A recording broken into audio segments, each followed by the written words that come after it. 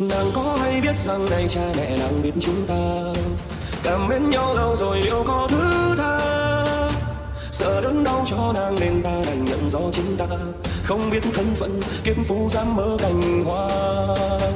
Để cách xa đôi mình nên cha mẹ nàng đang kén con chọn tướng không cho nàng lâu kia đắm sâu.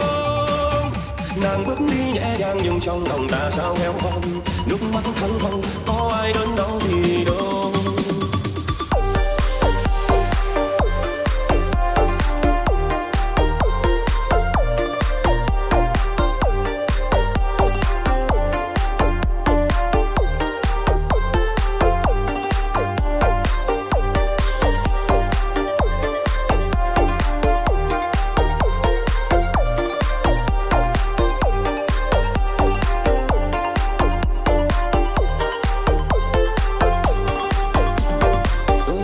Trong gia đình làm hầu thiên hạ luôn tha hương đi muôn phương làm việc trong nhà.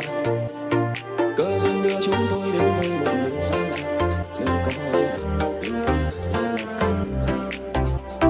Thân tôi mang kiếm phu không được ngày gần bên nàng nhưng đôi đua mất nhau vẫn mơ đường trôi ngắm vàng. Em thương tôi trái ngang dòng cha mẹ gọi tôi chăng đang cày mũi bình hầu tôi điều thư đại ca. Nàng có hay biết rằng này cha mẹ nàng biết chúng ta cảm mến nhau lâu rồi liệu có thứ tha. Sợ đớn đau cho nàng nên ta đành nhận rõ chính ta không biết thân phận kiếp phú dáng mơ cành hoa.